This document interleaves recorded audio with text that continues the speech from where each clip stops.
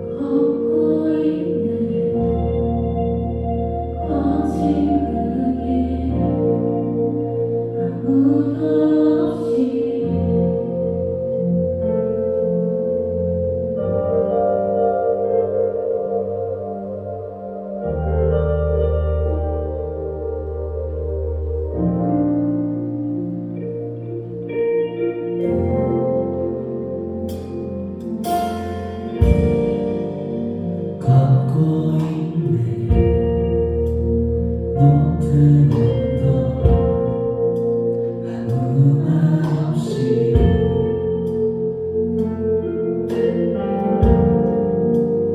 걷고 있네. 거친 그 길 아무도 없이 지친 발걸음 흐르는 눈물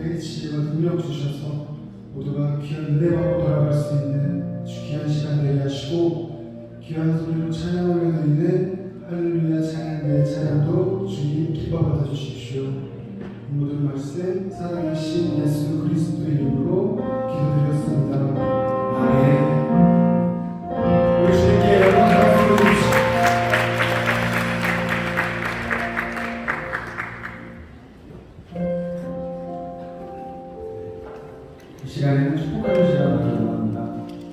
오늘 주일 5일에 처음 나오신 분 계시다면 자리에서 일어나 주시면 저희가 축복해드리려고 합니다.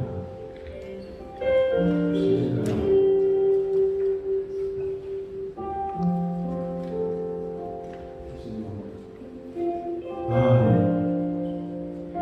우리 다 함께 주의 말씀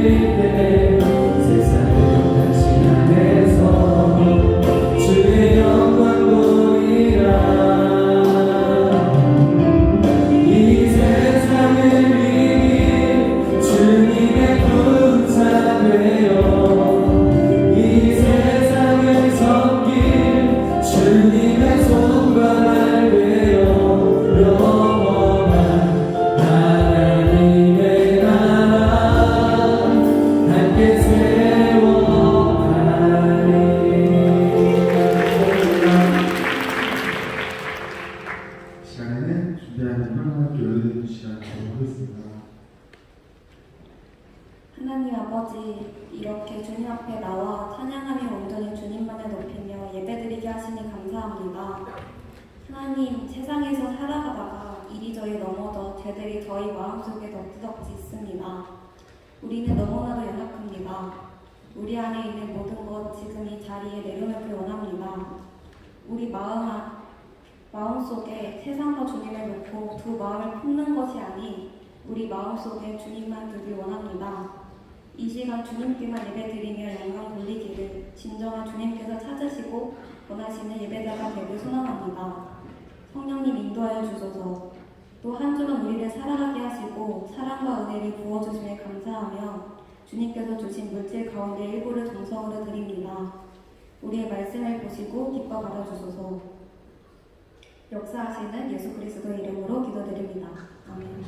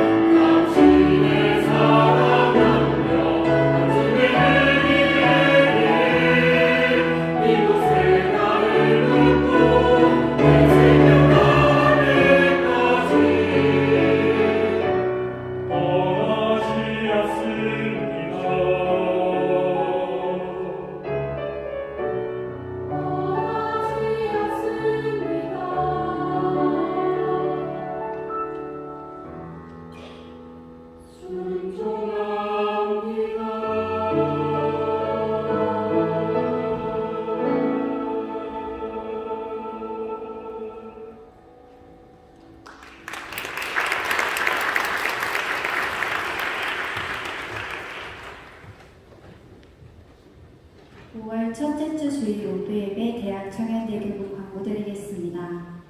최성규 원로 목사님께서 지난 5월 1일 주님 품에 안기셨습니다. 주 오시는 그날까지 목사님이 가르치신 성경적 치료와 성령운동 그리고 예수사랑 실천에 모든 청년들이 최선을 다해 함께 이루어갑시다. 이번 주일은 성찬주일입니다. 대속의 은혜에 감사하시면서 경건한 마음으로 성찬에 참여하시기 바랍니다. 이번 주일은 대학 청년대교구 선교 프로젝트인 카페란테 임팩트 후원하는 날입니다. 여러분들의 작은 후원이 선교지와 선교사님들께 계속해서 큰 격려와 힘이 될 것입니다. 선교지 소식과 기도 제목들도 오늘 SNS 문자로 후원자님들께 보내드렸으니 보시고 함께 선교지를 위해 기도해 주시기 바랍니다. 5월 온세토가 돌아오는 토요일 새벽 5시 3층 대성전에서 있습니다. 결단하시고 새벽을 깨우셔서 함께 모여 기도할 수 있는 시간 되길 소망합니다. 오늘 오후 예배에 참석한 청년들 중 대학 청년대교구 구역에 소속하길 원하시는 지체들은 새가족팀에게 문의해 주시기 바랍니다. 이상으로 광고 마치겠습니다.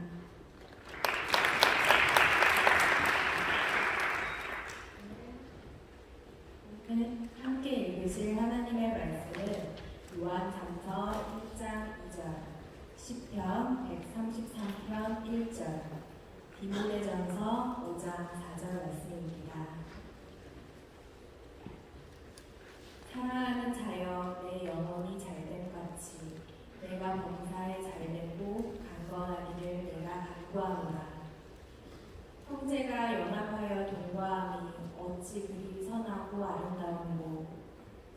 만일 어떤 과부에게 자녀나 손자들이 있거든 저희로 먼저 자기 집에서 효를 행하여 부모에게 보답하기를 배우게 하라.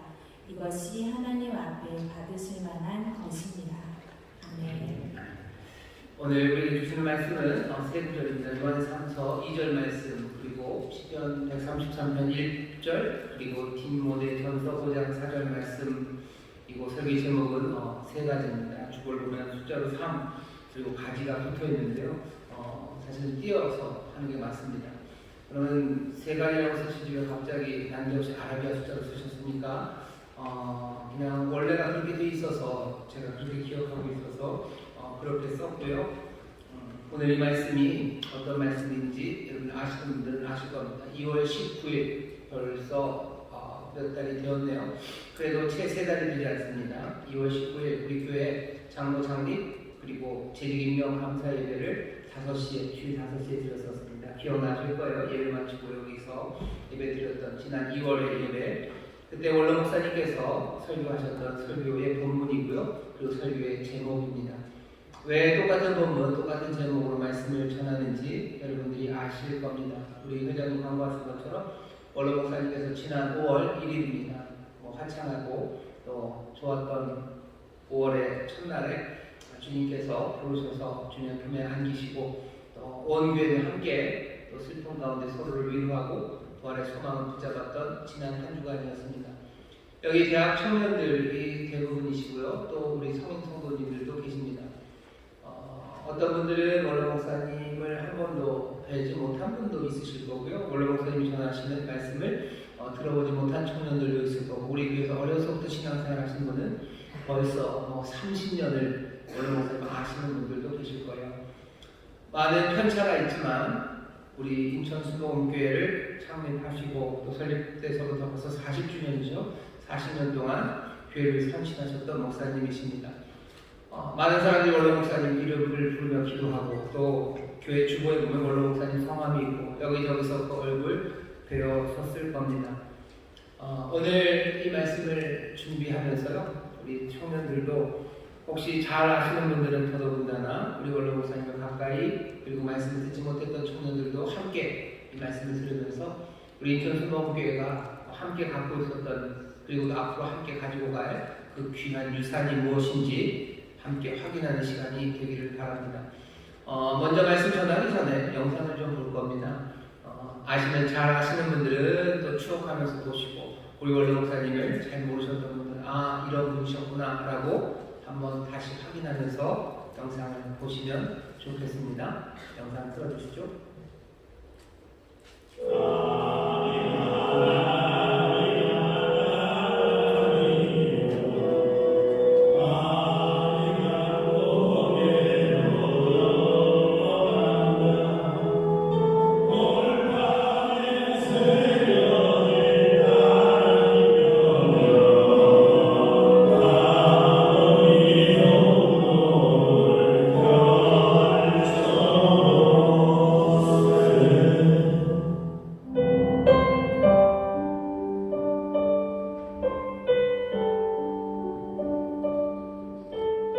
우리 하나님의 사랑을 바라십니다. 우리 예수의 사랑을 바라십니다. 지금 우리들은 하나님의 사랑과 예수의 그들은 그런데 희생의 사랑이에요. 실천의 사랑이에요. 보여주는 사랑 때문에 우리가 뭘 말하셔요. 하나님을 아버지로 부르시시며 우리는 하나님의 아들답게 우리가 살아가는 것입니다. 이제 우리는요 하나님의 사랑을 바르니 예수의 사랑을 바르니 이제는 사랑을 보여줄 때가 올 것입니다. 사랑을 배우기만 하고 사랑을 받기만 하고 사랑을 알고만 듣기만 하고 있다고 하니 이것은 아무 가치가 없습니다. 사랑하는 여러분이요 하나님이 여러분을 사랑하시고 예수님이 여러분을 사랑하신다고 믿으시면 아멘 하겠습니다. 여러분이 많은 이웃에게 사랑을 보여주기 원하시면 아멘 하겠습니다. 정말 여러분 나라에서 얼마나 울어봤습니까? 나라에서 얼마나 눈물 흘려봤습니까? 하나님 아버지 우리 나라가 어렵습니다. 대한민국이 지금 어렵습니다. 하나님 아버지 어떻게 해야 합니까? 나 사는 것이 아니라 대한민국을 위해서 정말로 우리 나라를 위해서 얼마나 많이 물어봤냐면 천지 만물을 주신 하나님께서는요 10개년에서 부모를 공경하라 이 개념을 주셨습니다.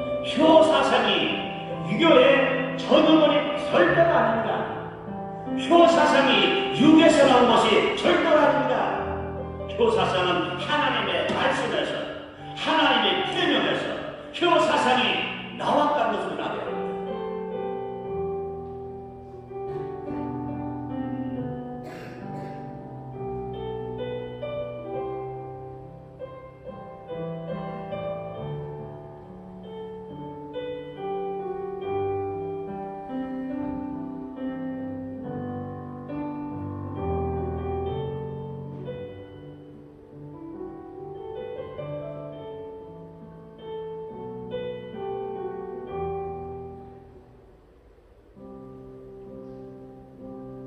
(1941년 7월 25일) 충청남도 영기군에서 전통적인 유교 집안 장남으로 태어나신 목사님은 6.25 때 아버지와 작은아버지를 여의시고 어릴 적부터 가장의 역할을 감당하셨습니다. 33세에 예수님을 영접하고 늦은 나이에 신학을 하신 목사님은 39세에 여의도 순복음교회에서 사역을 시작하셨습니다. 사업가 특유의 근면성과 조직력으로 교회가 부흥되자 능력을 인정받으신 목사님은 여의도 순복음교회 교무국장에 임명되셨습니다.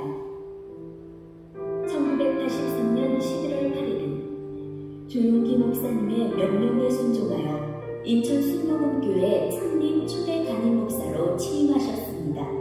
목사님은 예수사랑, 사랑 실천의 정신으로 인천을 발전시키는 데 앞장서 왔으며 이는 교회의 건강한 성장을 촉진시켰습니다. 최선교 목사님은 효가 살면 나라가 사는 꿈, 효가 살면 사회가 건강해지고 경제가 성장하는 꿈, 효가 살면 교육이 바로 서고 가정이 행복해지는 꿈을 꾸며 1995년 7월 성경적 효운동을 시작하였습니다. 세계 유일의 성산효대학원 대학교를 설립해 효신학의 기반을 닦고 효를 가르칠 지도자를 양성하여 전 세계적으로 효운동 확산에 앞장서셨습니다. 효가 살아야 나라가 산다. 효를 행하면 모두가 행복하다를 외치며 한 길을 걸어오신 노력과 영향력을 인정받아 2007년 7월 2일 효임 장려 및 지원에 관한 법률이 대한민국 국회에서 반대 없이 제정 통과되었습니다. 이처럼 최선교 목사님은 성경적 효운동을 중심으로 하나님과 사랑, 사람과 사랑, 사람과 자연, 교회와 세상의 소통을 강조하셨습니다. 이러한 노고를 국가에서도 인정받아 2016년 국민훈장 선미장을 받았습니다. 최성규 목사님은 나라를 사랑하셨습니다. 나라가 힘들거나 위기에 처했을 때 거리로, 광장으로 달려가 사회를 향해 외치셨고 기도의 힘을 모으셨습니다. 따뜻한 봄 햇살이 가득한 5월의 오후, 목사님은 50여 년 동안 한결같이 효성으로 모시던 하나님 아버지 곁으로 가셨습니다. 우리를 향해 늘 환히 웃으시던 그 모습을 기억하겠습니다. 목사님이 걸어오신 길을 우린 잊지 않고 이어나갈 것입니다. 목사님 사랑하고 존경합니다.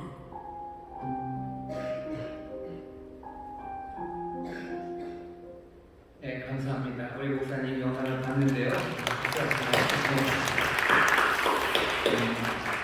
목사님을 잘 아시는 분들은 또 잘 아시는 대로, 아마 목사님을 뵌 지가 얼마 안 되는 분들은 또 얼마 안 된 대로 목사님이 이런 분이시구나 하고 다시 한번 확인하셨을 겁니다.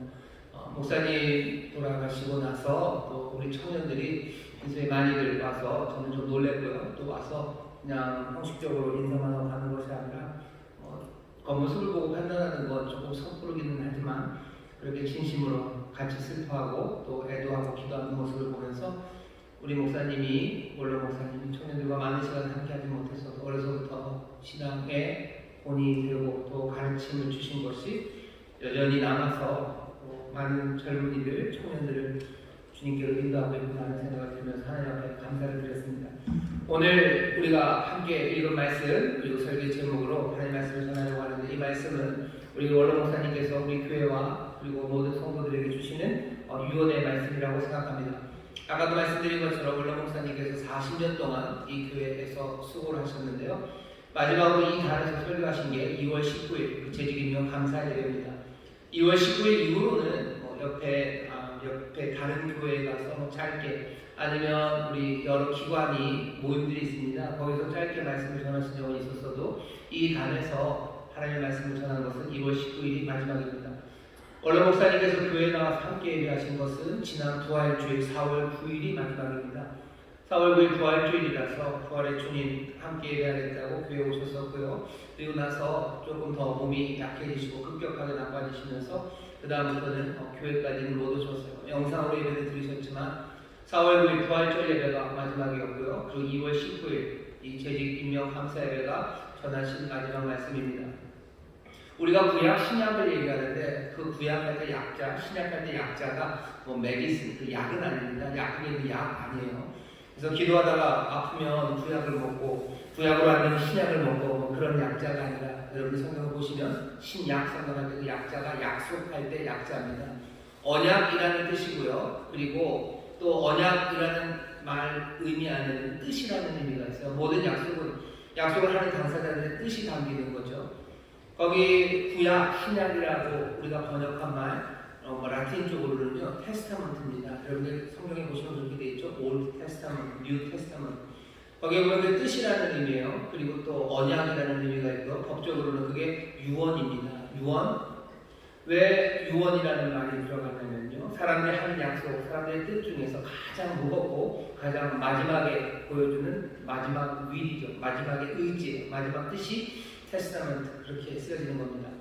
구약 신약에 그래서 테스타먼트라고 써놓은 것은요, 약속 중에서 가장 무거운 약속을 가져다 놓으려고 했다고 생각하시면 됩니다. 원로 목사님께서 수많은 시간 이 전에서 말씀을 전하셨어요. 그런데 여기 오늘 우리가 읽은 이 본문 그리고 이 제목의 말씀이 우리에게 마지막으로 주시는 유언 같은 말씀입니다. 원로 목사님께서 가족들에게는 뭐가 유언하지 않으셨겠습니까? 가족들을 불러 모아놓고 이게 유언이다라고 얘기하신 건 없습니다. 그런데 우리 가족들, 유가족들도 마찬가지예요. 이 말씀을 유언으로 받아들일 수 있습니다. 오늘 이 말씀을 그렇게 무겁게 받아들이셨으면 좋겠어요. 평생을 교회에 헌신한 목사님께서 사랑하는 성도들, 정말로 성도의 기쁨은 나의 보람이라고 생각하며 사랑하는 성도들에게 마지막으로 주시는 말씀입니다. 나중에 한번 확인하겠지만 목사님 그렇게 얘기하셔. 이거 안전하면 도저히 내가 죽을 기회가 와도 못 죽을 것 같아서 전하시는 말씀이라고 그렇게 하시며 전하신 말씀입니다. 여러분들이 유튜브나 우리 교회 이름을 쳐서 유튜브를 들어가시면 우리 원로 목사님 뭐 따로 되어 있는 데도 있고요. 아마 이 설교가 우리 교회 유튜브 쪽에 올라와 있을 겁니다. 한번 들어봐 주셔요.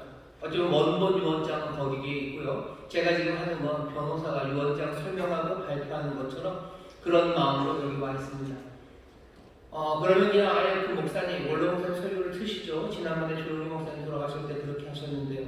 그 생각도 해봤지만 모르겠어요. 만약에 그렇게 했다가는 우리 성도님들이 조 목사님은 그래도 조금 거리가 있어요. 그러니 설교를 들을 수 있지만 우리 원로 목사님이 마지막으로 하신 설교를 이 주간에 듣는다는 게 성도님들은 뭐 정신이 없을 겁니다. 아무 메시지가 들려지지 않을 거예요. 그래서 조금은 거리를 뛰기 위해서 제가 설명을 할 거고 우리 성도님뿐만 아니라 우리 대학 청년 예배 나오신 우리 대학 청년부, 우리 젊은이들도 오늘 예배가 끝나고 나면 시간이 지나면 어렵습니다. 오늘 저녁에 여러분들이 댁에 가시든지 아니면 어디에서든지 길지 않아요. 18분 33초 정도 됩니다. 짧은 설교예요. 목사님께서 교회 마지막으로 주시는 유언이라고 생각하시고 그 원본을 잘 확인하셨으면 좋겠고 오늘 제가 전하는 이 말씀이 그 원본 유언장을 확인하며 가슴에 새길 수 있는데 도움이 되기를 바랍니다.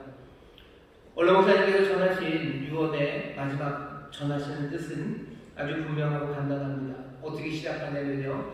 성경이 우리 손에 있다는 것, 그것이 얼마나 복인지, 복 중에 복인 것을 확인하라고 말씀하십니다. 다른 책 아니고요. 여러분들도 들고 있는 성경이 요즘은 성경책 들고 다니는 분들이 별로 없으셔요. 핸드폰에 다 있죠. 스마트폰으로 하면 되고 뭐 컴퓨터 거기다 띄워놓으면 된다고 그러는데 모르겠습니다. 원로 목사님 그것까지 생각하셨는지 모르겠지만 아마 원로 목사님 말씀을 전하실 때 생각하고 정말로 손에 든 바로 이 성경일 겁니다. 성경이 우리 손에 있다는 것, 그것이 얼마나 복인지, 복 중에 복인지 그것들을 확인하라고 얘기하시고요. 그러니 성경을 잘 알라고 말씀하십니다. 과감하게 얘기하셔서 성경은 예수님이다 라고 말하고 싶대요. 원로 목사님의 그 뜻이 그렇게 무리한 생각은 아닙니다. 왜냐하면 예수 그리스도 이 땅에 오신 우리 구세주는 말씀이 육신이 되어 우리 가운데 오신 분이죠. 하나님이 어떤 분인지 세상은 모릅니다. 하지만 그 아버지를 보이는 분은 말씀이 육신이 되어 우리 가운데 오신 예수 그리스도예요. 우리가 하나님이 어떤 분이신지 사람들이 이런저런 이야기를 해요. 세상의 선함은 뭐고 사람의 인생의 길은 뭐라는 것들이 온갖 이야기들을 하지만 여기 하나님의 말씀 아예 정해져서 정말로 돌판에 새긴 것처럼 우리 마음에 새긴 것처럼 여기 찍혀져 있는 하나님의 말씀 이런 건 없습니다. 하나님을 알고 싶어하는 사람들, 하나님의 말씀을 듣고 싶어하는 사람들 어쩌면 내가 주의 뜻을 묻고 싶다라고 얘기했을 때 어디 높은 산으로 올라가고 3일을 금식해야 되는 게 아니라 어쩌면 이 말씀을 들춰보기 시작하셔야 돼요. 하나하나 곱씹어 읽어야 되는 말씀입니다. 원로 목사님께서 우리에게 전하시는 어쩌면 유언의 가장 중요한 것은 그냥 딱 하나입니다. 하나님의 말씀, 성경, 복이다. 이 말씀 잘 알아야 됩니다. 성경은 예수님이라고. 그러니 이 내용 전체가 하나님의 설교고 말씀이고 하나님의 성품을 기록한 것이라고. 신구약 66권입니다. 총 장수는 1189장이에요. 길다면 긴 책이에요. 하지만 또 짧다면 짧은 책입니다. 1000페이지가 넘는 책이 그렇게 많지 않죠. 하지만 웬만한 소설도 어떤 것들은 이만큼씩 되는 책이 있어요. 내가 평생에 내 인생의 길과 내 삶의 모든 것에 대한 대답과 내 삶을 영원 전부터 영원 후까지 인도하시리가 내게 보이시려는 그 선하신 뜻이 여기에 담겨져 있다면 1000페이지가 넘는 책은 그리 긴 책도 아닐 겁니다. 하지만 아쉽죠. 더 많이 써봐 주시기를 바라는 거죠. 더 많은 대답이 여기 있기를 바라는 거죠. 하지만 그것 때문에 너무 가슴 아파할 필요는 없어요. 이것이면 충분합니다. 이것으로 부족했으면 더 주셨을 거예요. 이 말씀으로 충분해요. 그리고 우리에게 필요한 모든 것들이 여기에 담겨져 있습니다. 하나님의 말씀, 성경을 만나셔요. 잘 만나셔요. 그리고 그 성경의 말씀을 잘 영접하십시오. 원로 목사님이 전하는 설교 18부는 그런 내용이에요. 자기의 삶이 복됐대요. 내 삶이 복됐고 자기가 평생을 살아오시면서 복이고 행복한 사람들 보았는데 그 사람들 모두가 다 성경을 잘 만난 사람들, 성경을 만나서 잘 영접한 그 사람들이 모두가 복이 있었다고. 그 사람들이 영혼이 잘되고 범사가 잘되면 강건했었다고 지금 증언해 주시는 겁니다. 목사님이 만났던 말씀에 대해서 얘기해 주셔요. 그리고 자기가 영접한 말씀에 대해서 얘기하시는데 그 말씀은 세 가지입니다. 첫 번째 말씀은 요한삼서 2절 말씀입니다. 우리가 함께 읽었었죠. 사랑하는 자의 내 영혼이 잘된 같이 내가 범사에 잘되고 강건하기를 내가 간구하노라. 요한삼서 2절의 말씀은 어디서 만나게 되셨냐면요, 조용기 목사님을 통해서 만나게 되셨답니다. 여의도 수목계 조용기 목사님이 평생에 외치시고 전하셨던 말씀이에요. 어떤 사람들이 이 말씀을 보면서 기복신앙이다라고 얘기하는데, 사람들은 때로는 잘 알지 못하면서 사람들을 비난할 때가 얼마나 많은지 모릅니다. 그냥 영혼이 잘되고 범사가 잘되고 강건하고 이 복 꼭꼭 받는 거네, 삼중 축복. 처음에 삼박자 축복이라고 조 목사님이 그러셨어요. 삼박자 축복 킥킥킥 하고 웃으면서 별거 아닌 것처럼 말했지만 사람들은 오해하는 겁니다. 사랑하는 자여 내 영혼이 잘된 같이, 앞에 있는 그 사랑하는 자여라는 말이 얼마나 긴 역사와 그리고 깊은 사건들을 담고 있는지 사람들은 모르기 때문이에요. 처음부터 사랑하는 자 아니었어요. 우리는 하나님과 원수되었던 사람이고 하나님과 상관없는 백성이 아닌 사람들이었습니다. 우리가 사랑하는 자가 되었다는 것이 어떤 의미와 어떤 역사를 갖고 있는지 사람들은 모르니까 이 삼중 축복에 관한 이야기, 요한 3서의 이야기를 아무것도 아닌 양 취급하는 거예요. 우리가 사랑하는 자가 되는 것, 그래서 하나님의 자녀가 되는 것은요, 이건 우주적인 일입니다. 하나님께서 세상을 사랑하셨어요. 그래서 독생자를 주신 겁니다. 하나님 세상을 사랑하사 독생자를 주셨는데, 이 독생자라는 건 하나님 아버지의 품 안에 있는 독생하신 하나님이에요. 세상을 만드신 창조주예요. 그분을 우리에게 내어주셔서 우리를 하여금 그분을 믿음으로 멸망하지 않고 영생을 얻게 하는 그 구원의 길을 여신 겁니다. 어마어마한 우주가 담을 수 없는 역사가 거기에 담겨져 있는 거고요. 그렇게 오신 예수 그리스도를 믿음으로 우리가 구원받아 사랑하는 자가 된 거예요. 그냥 복 받아라 복이 그냥 널려 있는 게 아닙니다. 그 복이 이루어지기 위해서 온 우주, 아니 그 우주보다도 크신 이가 이 땅에 오신 거예요.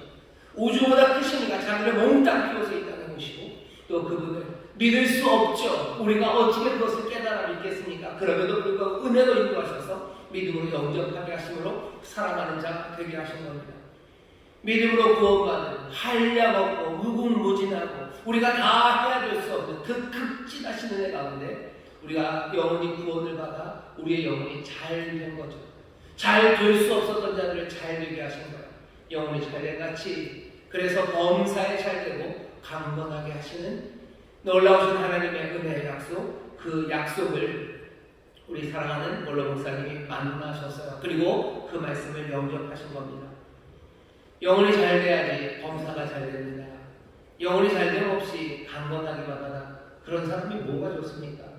인생의 하늘이 개차반해요. 영혼은 피폐하고 말랐어요. 하지만 강건하기만 해요. 그런 삶이 도대체 뭘까?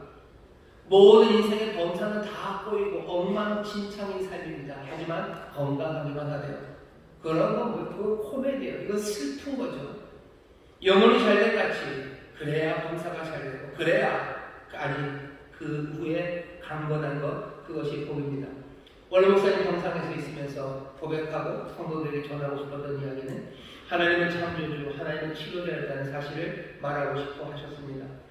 원래 목사님이 만나신 말씀이요, 그 영혼의 구원, 범사에 잘된 강건하게 하시는 하나님의 약속, 그것들 붙잡으시고 어떻게 하신 거예요? 그 복을 누리는 길, 그 길을 하나하나 걸어가신 겁니다. 그러니 성경은 중요해요. 성경은 중요합니다. 이 귀한 소식과 이 복된 약속은 어디서 만납니까? 어디 아파트에 벽에 붙어 있습니까? 경부고속도로 타고 가다 보면 큰 블랙kit에 써붙여 있어요. 여러분들에게 광고 문자로 옵니까? 이 이야기가 어디에 담겨져 있어요? 성경, 이 말씀에 있는 겁니다.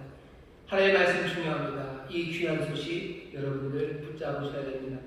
원로 목사님께서 만나시고 영접하신 두 번째 말씀은 시편 133편 1절입니다.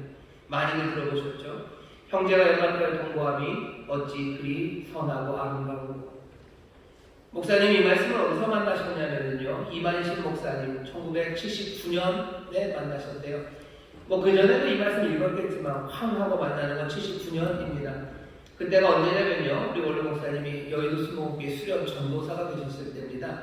목사님이 예수님 믿은 게 73년이에요. 올해가 23년이니까 목사님 50년 동안 신앙생활 하셨습니다. 50년 동안 신앙생활 하셨고 인천 수목교회 그 중에 40년을 우리 교회를 섬기셨어요. 우리 교회가 올해가 40년이죠. 6년은 평신도로 사셨어요. 그리고 79년서부터 83년까지 4년을 여의도 수목교회 교역자로 수고를 하셨었습니다. 교역자가 처음 돼서 얼마나 마음이 떨렸겠습니까? 제재 훈련을 한다고 이만식 목사님이 여의도 수목교회 오셨대요. 그리고는 전하신 말씀이 여의도 수목교회 조용기 목사님, 최자신 목사님, 그 훌륭하신 목회자들의 지도 아래 이만큼 놀랍게 발전했지만 아직도 더 발전할 여지가 남았다고, 이제 겨우 8분에서 넘은 거라고. 하지만 더 발전하기 위해서는 모든 목회자와 재직들이 함께 해야 하고 연합해야 된다고 말씀을 전하시면서 시편 133편 1절 말씀을 본문으로 하셨던 것 같아요. 이 말씀을 읽으시면서 이 말씀을 만납니다. 그리고 이 말씀을 잘 영접하신 것. 형제가 연합하여 통보함이 어찌 그리 선하고 아름다우고 라는 그 말씀이 마음에 박힌 겁니다. 그때부터 목사님은 어떻게 하셨냐면 자기의 목회의 사역 그 방향을 나는 연합하는 일 그리고 함께하는 일 그것으로 목회의 방향을 잡겠다고 작정을 하신 겁니다. 우리는 이 말씀을 어떻게 봤습니까? 여기는 목회자들도 계시지만 아닌 분들이 훨씬 더 많아요. 여러분들이 다 목사가 되려고 애쓰실 필요 없습니다. 하나님께서 여러분들에게 주신 사명이 있어요. 주신 삶, 심어놓으신 그곳에서 어쩌면 목사님이 생각하셨던 것처럼 내가 목회 사역을 하는데 내 욕심, 내 자랑을 위해서가 아니라 연합하고 함께하고 형제가 연합을 동거하는 선하고 아름다운 사역을 하겠다고 결심하셨던 것처럼 여러분의 삶의 자리에서 여러분의 맡겨진 사명 감당하실 때 어쩌면 우리 원로 목사님처럼 이 하모니, 선하고 아름다운 것들을 꿈꾸는 그런 시도들 가능하십니다. 여러분들 중에 공무원이 있을 수 있어요. 공무원은 왜 합니까? 공무원의 인생의 목표, 나는 공무원의 일을 어떻게 감당할 겁니까? 공무원 보신하는 걸 못 보신하세요. 보아도 못 본 척, 알아도 못 들은 척, 그냥 시간만 때우는 공무원. 누군가는 그렇게 얘기해 줄지도 몰라요. 너는 공무원인데 왜 그러냐고. 너 왜 공무원인데 그렇게 열심히 하냐고. 혹시 그런 얘기 들으세요? 아니면 너 회사원인데 왜 그러냐고. 내 보신, 내 안락을 위해서 일합니까? 내 삶, 사명의 자리를 그렇게 살아갑니까? 세상에 누가 그렇게 가르치고 그게 지혜 있다고 말할지 몰라도 그런 이야기는 성경에는 절대 없습니다. 하나님의 말씀 안에서 너 신경인 그 자리에서 너 보신하며 살아라 라는 이야기는 절대 없어요. 그럴 말이 있을 리가 있습니까? 거기에서 네 욕심을 따라 살아라 라는 말씀 없어요. 네 인생의 자랑을 따라 살아라 라는 말 없습니다. 그 대신에 형제가 연합하여 동거하는 것, 그것이 얼마나 선하고 아름다운지 성경이 우리에게 말하는 선함과 아름다움에 대한 이야기들로 가득해요. 목사님은 뭘 만나신 거예요? 시편 133편 1편 말씀을 만나신 거예요. 그리고 그것을 영접하신 거예요. 여기 많은 청년들이 있습니다. 여러분들도 말씀을 만나셔야 돼요. 잘 만나셔야 돼요. 그리고 잘 영접하셔야 돼요. 내 인생의 길과 그리고 내 인생의 터닝 포인트를 만들어내는 것이 어디 누군가의 소설이 아니라 또 누군가가 부르는 노래 제목이 아니라 하나님의 말씀이어야 합니다. 르세라핌이 굉장히 도전적인 이야기를 하는데요. 그거 이거 좋아 라고 따라가려고 애쓰지 마시고 BTS가 하는 말에 고개 끄덕이지 마시고 여러분들 손에 들려진 하나님의 말씀 우리에게 빈 몽땅한 자신을 비워서 우리에게 오신 예수 그리스도처럼 우리가 알아볼 수 있는 말로 하나님께서 당신의 진리와 그 은혜와 긍휼 그 한이 없는 무궁하고 무진하신 그 이야기를 여기다 담아놓은 이 성경 말씀 이 말씀에 귀를 기울이셔야 됩니다. 연합한다는 것이 그냥 사람들과 잘 지내라는 말은 아닙니다. 연합한다는 말은 하모니예요. 조화죠. 하모니와 조화를 이룬다는 건 늘 중심이 필요합니다. 사람들이 하모니를 이야기할 때 예로 드는 게 오케스트라예요. 악기가 다양할수록 좋죠. 다양한 인종의 사람들, 다양한 문화의 사람들, 다양한 배경을 가진 사람들이 모여서 하나님을 예배하고 그런 공동체를 이루는 것이 가치 있는 건 분명합니다. 하지만 그것이 몽땅과 제각각일 때 그것은 하모니는 아니에요. 몽땅과 소음이죠. 그때는 악기 종류가 많을수록 문제가 심각해지는 겁니다. 각양의 사람들이 모일수록 더 엉망진창이 되어가는 거죠. 그러지 않으려면 방법이 없습니다. 하나밖에 없어요. 제대로 된 중심이 잡혀져야 합니다. 대교회는 중심이 있어야 돼요. 지휘자가 있어야 돼요. 그리고 나머지 사람들은 그 지휘자를 따라가야 됩니다. 그래야 하모니가 이루어져요. 인천 수동교회는 어떻게 하모니가 이루어집니까? 인천 수동교회 안에 다양한 사람이 모이는 게 좋아요. 대학 청년회도 마찬가지입니다. 천편일률적으로 어디 대학 학생들로 꽉 찬 대학 청년들보다는 각양각색의 대학, 각양각색의 전공들, 때로는 일하는 사람들, 때로는 젊어서도 벌써 결혼해서 뭔가를 이루는 사람들, 때로는 외국에서 온 사람들, 온갖 종류의 사람들이 대학교 여기 안에 있는 것이 형제가 연합하여 동거하는 선하고 아름다움을 만들어갈 수 있어요. 하지만 그렇게 각양각색의 사람들이 여기 모여있으면 얼마나 어렵습니까? 무엇을 따라가야 됩니까? 좋은 대학 다니는 사람들 중심으로 해야 됩니까? 좋은 직장 다니는 사람들? 아니면 어려운 직장 다니는 사람들? 아니면 실업이라 아직 직장을 구하지 못하는 사람들? 그 사람들이 중심이 되어야 되나요? 도대체 어디에 중심을 맞춥니까? 중심이 없으면 각자 다 알아서 하면 돼요? 아니요. 그건 혼란에 빠지고 엉망진창일 뿐이에요. 그러면 뭐가 중심을 잡아야 돼요? 강효 목사님이 중심을 잡아야 되나요? 아무도 아멘을 안 하셔요? 그렇지. 강효 목사님 갖고 나면 담임 목사님이 해주셔야 돼요. 아멘을 안 하셔요. 두 분만 웃으셔요. 잘하셨어요. 대답하면 큰일 날 뻔했습니다. 저도 아니고 강효 목사님도 아니셔요. 어떻게 하셔야 됩니까? 주님만이 중심이 되셔야 돼요. 세상에 어떤 똑똑한 사람도 하모니를 만드는 중심이 될 수 없어요. 대한민국에 있는 정치인들이 얼마나 똑똑한 사람인지 여러분 다 아시죠? 그 사람들 사시 패스한 사람들이요. 여러 경쟁을 뚫고 일어난 대단한 능력자들입니다. 김남국 씨 보셔요. 그 코인으로 돈 버는 거 보셔요. 대단들 하시죠. 이것저것 훌륭한 사람들이 정치를 해요. 하지만 그 사람들 중심으로 모이기 시작했을 때 일들이 어떻게 되나 보셔요. 엉망입니다. 다양한 사람들 감당해야 되는데 감당 못합니다. 그래도 세상은 다른 데는 잘 되지 않을까요? 아니요. 잘 되는 데 없습니다. 가정도 마찬가지예요. 가정에서 누가 중심이 돼요? 가부장이 중심이 돼야 돼요. 남자. 그것도 제일 나이 많은 연장자, 그 사람이 가부장이 되어서 모든 중심을 이끌어가. 그러면 행복하다고? 아니요, 그렇지 않아요. 교회에서 그렇게 흉하라고 가르치지 않습니까? 남편을 머리로 숨기라고 그러지 않습니까? 네, 맞아요. 하지만 그 중심에 누가 계셔야 돼요? 주님이 계셔야 됩니다. 주님이 중심이 되셔야 하모니가 이루어집니다. 오케스트라가 아름다운 하모니를 만들려면 좋은 곡이 있어야 돼요. 좋은 곡이 있어야 되고요. 그 좋은 곡을 완벽하게 이해할 수 있는 지휘자가 있어야 돼요. 그리고 많은 어렵고 그리고 부족한 당원들을 이끌어갈 수 있는 리더십 있는 지도자가 있어야 됩니다. 우리 가운데 아름다운 것이 주어졌습니까? 하나님 우리 아버지가요 세상에 아름다운 것을 잡고 가셔서요. 하나님께서 그들과 자비하심으로 이 모든 우주의 역사에 하나님의 뜻을 보이셔요. 누구도 그 뜻을 다 모릅니다. 그냥 우리 막연히 짐작할 뿐이에요. 막연하게 아름답고 놀라우신 무궁무진하신 지혜로 이 땅을 다스리시고 뜻하신 바가 있을 거라고 알죠. 누가 다 압니까? 아들이 알아요. 아들이신 예수 그리스도는 그 아버지의 뜻을 압니다. 아무도 아버지를 본 사람이 없어요. 하지만 그 품에 계신 독생하신 하나님께서 그 하나님 우리 아버지의 뜻을 드러내셔요. 신이 도대체 누굴까? 무엇일까? 세상은 도대체 어떻게 돌아갈까? 어떻게 선하고 아름다움이 있을까라고 궁금해하시는 분들 예수 그리스도한테 펼치셔요. 그 지휘자가 작곡자의 의도를 정확하게 하셔요. 아실 뿐 아니라 그분은 능력 많으신 분이셔요. 능력 많으신 뿐 아니라 그분은 자비와 긍휼이 가득하셔서요. 부족한 연주자들을 얼마든지 기다려주실 거예요. 그렇다고 해서 마냥 기다리시진 않아요. 그분들을 채근하시고 오라고 이끌어가시는 놀라우신 주님이시죠. 왕이시고 구원자 되시고 주님이 되시는 이가 우리의 삶을 이끌어갑니다. 우리의 인생이 답 없는 인생이요? 아니요. 우리의 인생은 답이 있는 인생이요. 우리의 인생은 그 가치가 없는 인생. 아니요. 하나님께서 선하심으로 가치를 세우시고요. 그 가치를 이루시고 주님이 우리 앞에 생생하게 계셔요. 그분이 오셔서 우리를 이끌어갑니다. 우리가 해야 될 일은 뭐예요? 순종하고 귀 열고 눈 열어서 그분 따라가면 돼요. 우리는 귀가 어둡고 우리 눈 어두운 사람들인데요. 그것도 아셔요. 그러면 어떻게 하십니까? 그 지휘자는요 성령을 보내시는 거예요. 아버지로부터 받은 바 성령을 너에게 물 붓듯이 성령 보내신다. 보내주마. 보혜사가 오셔서 너희를 도울 거다. 너희가 가야 그 길을 걸어갈 수 있도록 나에게 올 수 있도록 성령 보혜사가 도우실 거라고 우리에게 주셔요. 성령이 우리를 도우십니다. 주님이 우리의 중심이 되셔. 그러니 주의 말씀에 귀를 기울이시고 그 길 따라가셔요.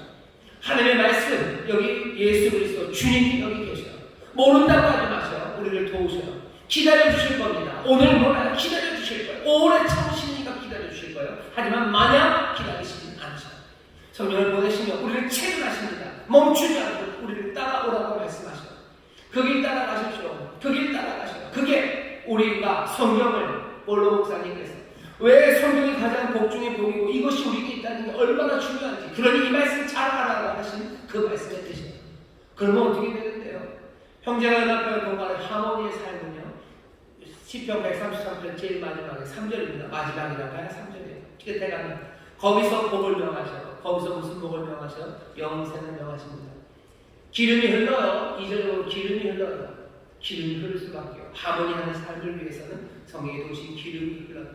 아름다운 기름이에요. 향기로운 기름이에요. 머리서부터 옷깃을 수염으로 줄줄 흘러내리는 기름 흐르고, 거기에서 하나님이 영생을 명하십니다. 영생은 오래 사는 삶이 아닙니다. 영생이라는 것은 하나님의 영접하여 주신 하나님 안에 살아가는 삶이 영생입니다. 하나님께 받아들여진 삶, 그 삶이 영생이에요. 주 안에서 살아가는 삶이죠. 첫 번째 말씀 기억하십니까? 요한복음 말씀. 우리가 영생을 얻는 것은 믿음으로 영생을 얻어요. 그리스도를 믿는 거죠. 그런데 하나님이 또 영생을 주신대요. 말이 겹칩니다. 교집합처럼요. 영생이라는 게 겹쳐요. 우리는 믿음으로, 그리스도를 믿음으로 영생을 얻어요. 하나님께서는 또한 우리에게 영생을 주십니다. 영생은 어디 있어요? 그리스도 안에 있어요. 겹치죠. 그리스도는 하나님과 우리 사이에 서 있어요. 그 그리스도는 하나님의 품 안에 계셔요. 하나님의 품 안에 계신 복생하신 그리스도를 우리가 영접합니다. 우리가 붙잡습니다. 붙잡아서 떼어낼 수 있습니까? 천만에. 우리를 하나님의 사랑에서도 떼어낼 수 없는데 우리가 그리스도를 하나님의 사랑에서 떼어낼 수 있겠습니까? 천만의 말씀이에요. 하지만 우리가 붙잡으니 어떻게 하셔? 붙잡으니 우리의 손을 탁 치고 가라 하셔? 아니요, 하나님은 우리에게 그 영생을 내어주십니다. 내어주시지만 떼어주시는 건 아니에요. 내어주셔요. 그리고 그렇게 되겠죠. 우리는 그리스도를 붙잡고 그리스도를 놓지 못하시는 하나님은 어떻게 해요? 그리스도와 함께, 그리스도를 통하여 우리 안에 우리와 함께 거하기 시작하시는 겁니다. 아름다운 하모니가, 형제 안에서 하모니가, 하나님과의 하모니가 이루어지기 시작해요. 오늘 목사님 시편 133편 1절을 말씀을 붙잡으면서 형제 간의 하모니, 그것을 기뻐하시고 또 그것들을 누리려고 애쓰셨고요. 그 하모니가 우리로 하여금 하나님과의 하모니를 이루게 하시는 것, 그것들을 보시는 거예요. 그래서 하모니 하면은 HY로 하모니 영의 볼드에 7개나 되는 거 붙여놓은 게 그냥 어거지로 가져다 붙인 거 아니에요. 사람 간의 하모니만 얘기하면 뭐 하나님과 하모니 왜 이야기가 이렇게 많습니까? 왜냐하면 형제 간의 하모니, 형제 간의 조화를 이루는 것이 하나님께서 우리에게 영생을 명하시기 때문에 거기에 영생이 있어요. 거기에 하나님과의 하모니가 가득하기 때문입니다. 원래 목사님이 이 말씀을 만나셨어요. 그리고 이 말씀을 영접하셨어요. 그리고 그 하모니를 누리고 또 전하고 나누기 위해서 평생을 살아가셨습니다. 마지막 원래 목사님 만나신 말씀은 디모데전서 5장 4절입니다. 만일 어떤 과부에게 자녀나 손자들이 있거든 저희로 먼저 자기 집에서 효를 행하여 부모에게 보답하기를 배우게 하라. 이것이 하나님 앞에서 받으실 만한 것입니다. 이 말씀을 만나셨어요. 어떻게 만나셨어요? 여러분이 잘 아시는 말씀입니다. 1900몇 년이죠? 95년입니다. 6월 29일이요. 인천 수보공에서 제일 유명한 백화점은 롯데도 아니고 신세계도 아닙니다. 우리 교회에서 제일 유명한 백화점은 삼풍 백화점입니다. 그때 백화점이 무너졌어요. 굉장히 충격적이죠. 어느 나라에서 그렇게 벌건 대낮에 백화점이 무너져서 수백의 사람이 죽습니까? 그런 얘기 들어보신 적 있나요? 들어본 적 없어요. 충격적인 일이 일어났죠. 그리고는 거기서 또 충격적으로 살아난 사람들이 있고 살아난 청년들이 예수 믿는 사람일 거라고 목사님은 기대하셨대요. 근데 그게 아니라 예수 믿는 청년은 아무도 없어요. 이번 우리 본론에서 돌아가셨을 때 그때 살아난 청년 하나가 여기 조문하러 왔더라고요. 조문하러 왔었어요. 청년이 효녀가 살아난 걸 보고 목사님 충격을 받으셨어요. 그걸 보고 효하자고 그러신 거 아닙니다. 그것에 충격을 받으시며 하나님의 말씀, 늘 그런 말씀을 만나고 말씀을 읽는 중에 내가 영어 구원하고 그리고 또 교회에서 연합 운동하는 것 그것도 중요하지만 이 효를 가르치라는 말씀을 듣기 시작하신 겁니다. 디모데전서 5장 4절 말씀을 읽으신 거예요. 하나님 기뻐하시는 것, 선하고 아름다운 것이 형제가 연합하여 동거하는 것만도 아니에요. 아이 자녀들에게 효를 가르치는 것, 그래서 부모에게 효를 행하는 것, 그것이 하나님 앞에서 하나님을 기쁘시게 하는 것이라는 이 말씀이 어디 다른 사람, 공자님 하신 말씀 아니에요. 여기 성경에 디모데전서 5장 4절에 분명히 쓰여져 있는 말씀입니다. 목사님께서 지난 2월 19일에 이 말씀을 전하시면서 세 번째 만난 이 말씀을 하시면서 갑자기 설교의 모드가 익스큐즈 모드로 들어갔어요. 약간은 변명의 모드입니다. 왜냐하면 목사님 아셔요. 효운동하고 교회에서 효를 가르친다는 게 그렇게 일반적이지 않다는 걸 알아요. 특별히 젊은 며느리들 되시는 분들에게 이것이 얼마나 부담되는 이야기고 며느리를 힘들게 하는 사람들에게 좋은 무기를 들려주는 건지 아십니다. 그래서 머뭇거리시고요. 그리고 이것이 얼마나 힘든 이야기인지 아셔요. 그러니 엑스큐즈 모드를 얘기하시는 거죠. 다 알지만 내가 만난 말씀이고 이 말씀이 정말로 우리에게 주신 이 성경 말씀을 생생하게 살아있는 이 말씀, 하나님이 기뻐하시는 일이라고 하시는데, 하나님이 기뻐하시는 선하고 아름다운 일이라고 하시는데, 거기에서 영생을 영하시고 복 얻게 되는 길이라고 분명히 말씀하시는데, 이 말씀을 전하지 않는 것, 그건 말이 안 된다고 생각하신 거예요. 그래서 사람들이 어려워하는 경우들 많고 오해하는 경우 많아도 이 말씀을 전하고 또 이 말씀을 선포했다고. 이것이 내가 가진 세 가지라고 얘기하시는 겁니다. Three things가 아니라 three branches입니다. 그러니까 세 가지가 아니라 세 가지예요.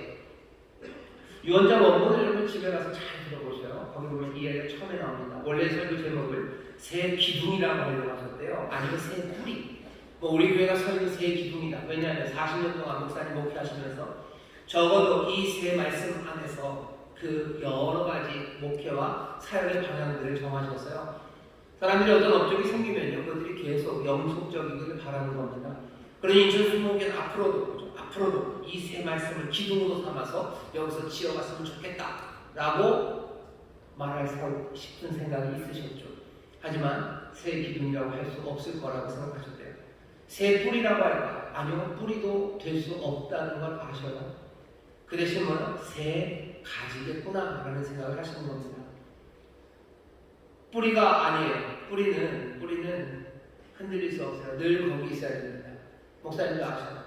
자기가 만난 이 새 말씀이 정말로 이제껏 잎사귀 풍성했고 그리고 다른 어떤 분들보다도 풍성한 열매를 맺는 그런 결과를 만들어내신 걸 알아요. 그러니 그 뒤를 이어가는 이들도 이 세 가지에서 더 풍성한 잎들 그리고 더 많은 열매를 맺기를 바라시는 거죠. 하지만 목사님도 아셔요. 가지는 부러질 수 있는 겁니다. 가지는 부러질 수 있어요. 하지만 뿌리가 그대로 있다면 인천수목가 앞으로 나가면서 이 세 기둥이 계속 있어야 그랬으면 좋겠죠. 이제껏 트랙 레코드가 썩 괜찮기 때문이에요. 하지만 이건 가지일 뿐입니다. 가지가 우리가 그리스도 안에 그 십자가 안에 포도나무 안에 있다면 그 가지가 어떻게 뻗쳐나갈지는 몰라요. 하지만 그것이 무엇이 되었든지 간에요. 이 뿌리에서 나오는 가지들이라면 바라는 바는 정말로 이 푸르고 열매 풍성한 가지로 자라나기를 바라시는 거죠. 그러니 어쩌면 겸손하게 또 우리에게 자유를 정말로 이것이 만들어 놓은 여지껏의 트랙 레코드가 이만큼 좋아도 모든 것들을 어디다 맡기시는 거예요? 주님께 맡기시는 거예요. 저와 여러분이 그 후대가 하나님 말씀을 사랑하며 이 말씀 붙잡아 나갈 때 우리 원로 목사님 만났던 말씀 말고도 다른 것들이 필요하다면 하나님이 거기서 가지를 내게 하실 거고 그 가지가 정말로 물레 동산에 있는 나무처럼 그 복 있는 사람들의 삶처럼 잎사귀 풍성하고 열매 가득한 그런 나무가 되기를 바라시는 거예요. 그러니 유언의 뜻은 딱 하나입니다. 이제껏 내가 하나님의 말씀 안에서 말씀 잘 만나고 내가 만난 말씀 그 세 브랜치 거기서 풍성한 열매 일어난 거 보았으니 바라기는 이 열매 더 많이 맺기를 바랍니다. 하지만 정말 더 바라는 것은 이 뿌리가 되는 하나님의 말씀 이 말씀 붙잡고 이 말씀의 인도하심 따라서 성령의 도우심으로 살아가기를 원하시는 것 그것이 우리 원로 목사님께서 우리에게 바라시는 유언입니다. 내 뜻을 이어가다가도 아니에요.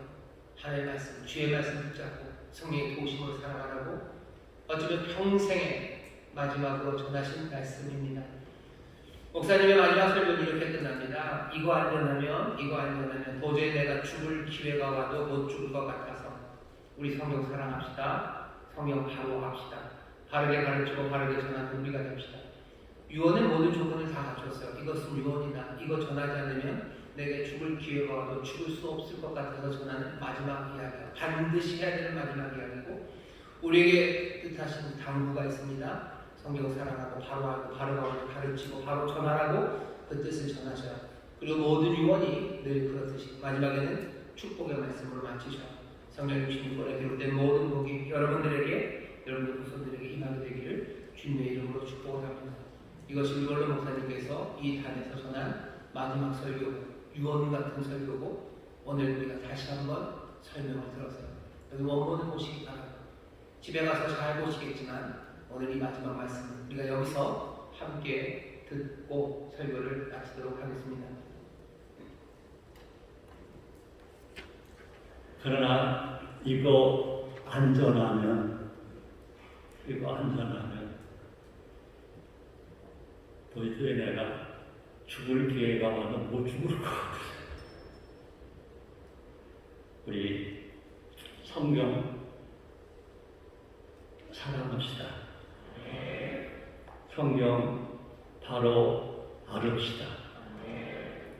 또 바르게 가르치고 바르게 전하는 우리가 됩시다. 성경 66권에 기록된 모든 복이 여러분들에게, 여러분 후손들에게 임하게 되기를 주님의 이름으로 축복을 합니다. 기도하겠습니다. 하나님 감사합니다. 우리 원로 목사님 40년 동안 사역하시며 우리를 가르치고 또 인도하셨는데 정말로 성경 사랑하고 성경 바로 알고 또 그 말씀대로 살아가기를 다짐하는 우리 모두가 되게 하여 주옵시고, 우리에게 생명의 길을 보이셨으니 그 길을 따라 걸으며 성경 말씀 약속하신 그 귀한 모든 복들을 받아 누리며 나누는 우리 귀한 성도들, 하나님의 자녀들 되게 하여 주옵소서. 감사드리며 예수님 이름으로 기도하옵나이다. 아멘. 오늘 하나님께서 우리에게 주시는 은혜는 또 더해집니다. 오늘 성찬의 귀한 은혜 앞으로 우리를 부르셨습니다. 여러분 조용히 눈을 감으시고 성찬에 참여할 준비를 해주시기 바랍니다. 내가 너에게 전한 것은 주께 받은 것이니 곧 주 예수께서 잡히시던 밤에 떡을 가지사 축사하시고 떼어 가라사대 이것은 너희를 위하는 내 몸이니 이것을 행하여 나를 기념하라 하시고, 식후에 또한 이와 같이 잔을 가지시고 가라사대 이 잔은 내 피로 세운 새 언약이니 이것을 행하여 마실 때마다 나를 기념하라 하셨으니 너희가 이 떡을 먹으며 이 잔을 마실 때마다 주의 죽으심을 오실 때까지 전하는 것이니라. 기도하겠습니다. 여기 주의 죽으심을 기념하는 이들이 있습니다. 죽으심으로 우리의 죄를 사하시고 구원하신 놀라우신 은혜에 감사 감격하며 또 죽으시고 부활하셨음을 기억하며 그 부활의 생명이 우리 주께 있고 주께서 그 부활의 생명으로 우리에게 채우사 우리를 소망 빼앗기지 않고 꺾어질 수 없는 소망 가운데 살아가게 하심을 감사하는 이들이 이 자리에 있습니다. 주님, 성도의 기쁨은 나의 보람이라는 모토를 붙잡고 정말로 마음을 다하고 성품을 다하고 힘을 다하여 희생하며 삶을 내어놓고 사역하신 우리 귀한 원로 목사님을 기억하며 여기 서 있습니다. 부활의 생명 우리 원로 목사님에게 주셨으니 주님의 그날에 정말로 부활의 영광의 몸으로 우리가 함께 만날 그 소망으로 위로받고 평강을 얻는 사랑하는 성도들이 또한 여기에 있습니다. 오늘 주께서 지키신 살과 그리고 흘리신 보혈 성찬에 참여하는 모든 이들이 다시 한번 주가 우리에게 주신 선물 그 은혜를 받아 누리게 하여 주옵시고, 또 바라옵기는 원로 목사님을 통해서 우리에게 전해주신 그 귀하신 진리와 그리고 생명의 말씀을 성령님이시여 우리의 마음에 새겨주시사 정말로 이 땅에서 궁핍한 자들로 배고픈 자들로 살아가지 말게 하여 주옵시고 진리로 충만하고 은혜로 충만한 삶들 되게 하여 주옵시며, 아버지 하나님 정말로 약속 없는 버림받은 삶이 아니라 하나님의 복된 약속으로 가득한 하나님의 자녀로 서게 하여 주옵소서. 이 시간 놀라우신 은혜가 신비 가운데 우리 가운데 임하는 줄 믿사오니 주여 기념하며 믿음으로 나와 성찬에 참여하는 모든 이들이 하나님 우리 아버지의 선하신 뜻 그 귀하신 선물 모두가 다 바라 누리도록 성령님 역사하여 주옵소서. 감사드리며 예수님 이름으로 축복하며 기도하옵나이다. 아멘. 우리 주시는 은혜입니다. 찬송가 281장 부르며 성찬에 참여하실 때 하나님의 귀하신 능력 그 복된 삶이 우리 가운데 넘치게 될 줄 믿습니다. 찬송하겠습니다.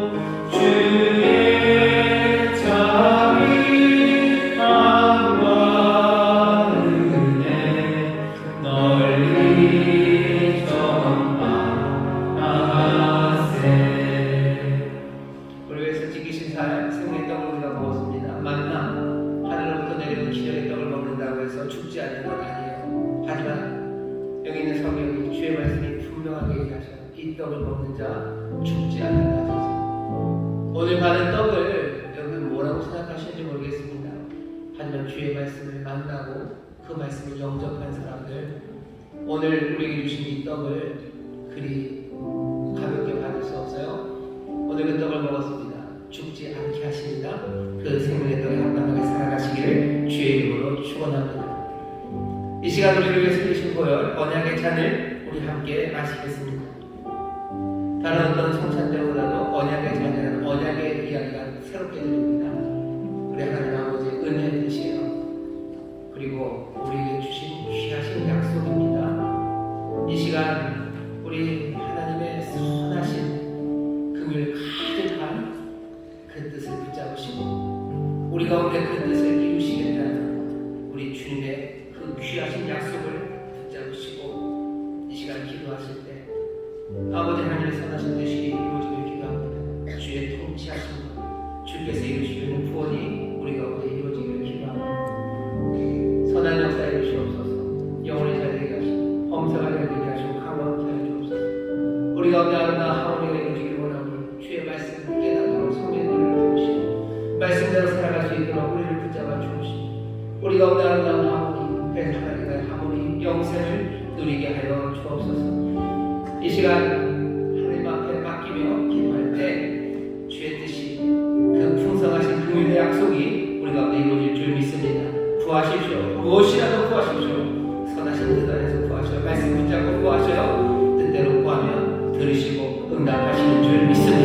주에서 높이 오시고 통로로 기도하겠습니다. 주여 주여 주여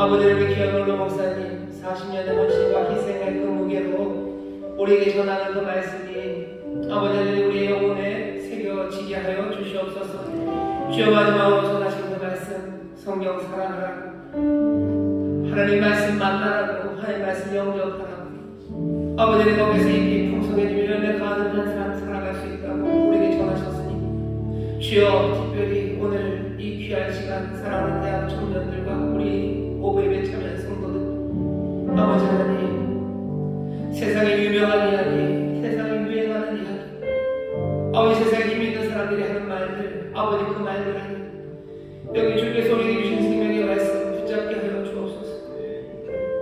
아버지 하나님 말씀에 대한 무지함으로 아버지 하나님 어리석은 길을 가는 아버지 하나님 못난 사람들 되지 않기를 원합니다. 아직까지 하나님 무지가 악덕임을 깨닫게 하여 주옵시고 지혜의 영이신 성령님 우리를 진리 가운데로 인도하시기를 날마다 사모하며 주가 우리를 인도하심에 대하여 목말라하는 주의 백성들이 되게 하여 주옵소서. 여기 생명의 길이 있으니 우리가 어디를 갑니까? 아버지 떠날 수도 없고 더욱더 가까이 주여 눈 열어주시기를 귀 열어주시기를 바라며 다가가는 하나님의 자녀들 되게 하여 주옵소서. 아버지 하나님 이 어둠의 세상에 빛을 발견하여 붙잡는 자들, 오히려 이 어둠의 세상에 빛을 비추는 하나님의 귀한 자녀들 되게 하여 주시옵소서.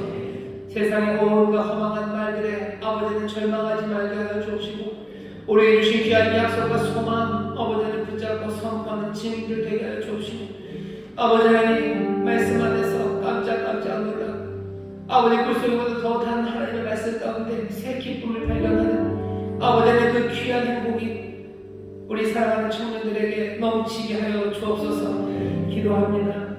여러가지 어려운 가운데도 약속의 말씀 붙잡고 나가는 자들에게 하나님께서 주신 무거운 약속입니다. 영혼이 잘되게 하시며 범사가 잘되게 하시고 강건케 하여 주옵시고 하늘의 모든 신령한 복과 땅의 기름진 것들로 넘치게 하여 주옵소서.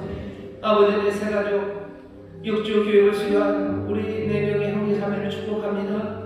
주여 이제 믿음에 든든하게 서서 주님과 함께 동행하게 하여 주옵시고 정말로 그리스도의 몸된 교회를 함께 이루어가는 믿음의 청년들 되게 하여 주옵소서. 주여 이들의 기도가 더 뜨거워지게 하여 주옵시며 입을 열어 부르는 찬송 가운데 성령이 임하여 주시사 정말로 이전에 없었던 기쁨과 평강을 누리게 하여 주옵시고 많은 사람들에게 우리 주님의 구원을 전하는 능력의 사람들이 되게 하여 주옵소서.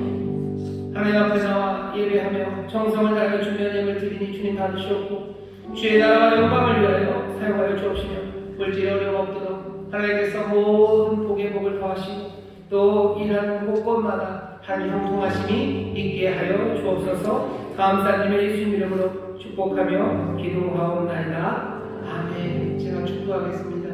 이제는 우리 주 예수 그리스도의 무한하신 은혜와 아버지 하나님의 극진하신 사랑과 성령 하나님의 교통하심과 충만케 하심과 역사하시니 오늘 함께 예배하고 이제 세상으로 나아가는 하나님의 귀한 자녀들 위해와 우리 사랑하는 원로 목사님 먼저 주님의 품으로 안겨드리고 이제 슬픔과 애통함 가운데 있는 모든 성도들에게 함께 하시고 위로하시고 평강으로 채우시기를 간절히 축원하옵나이다. 아멘.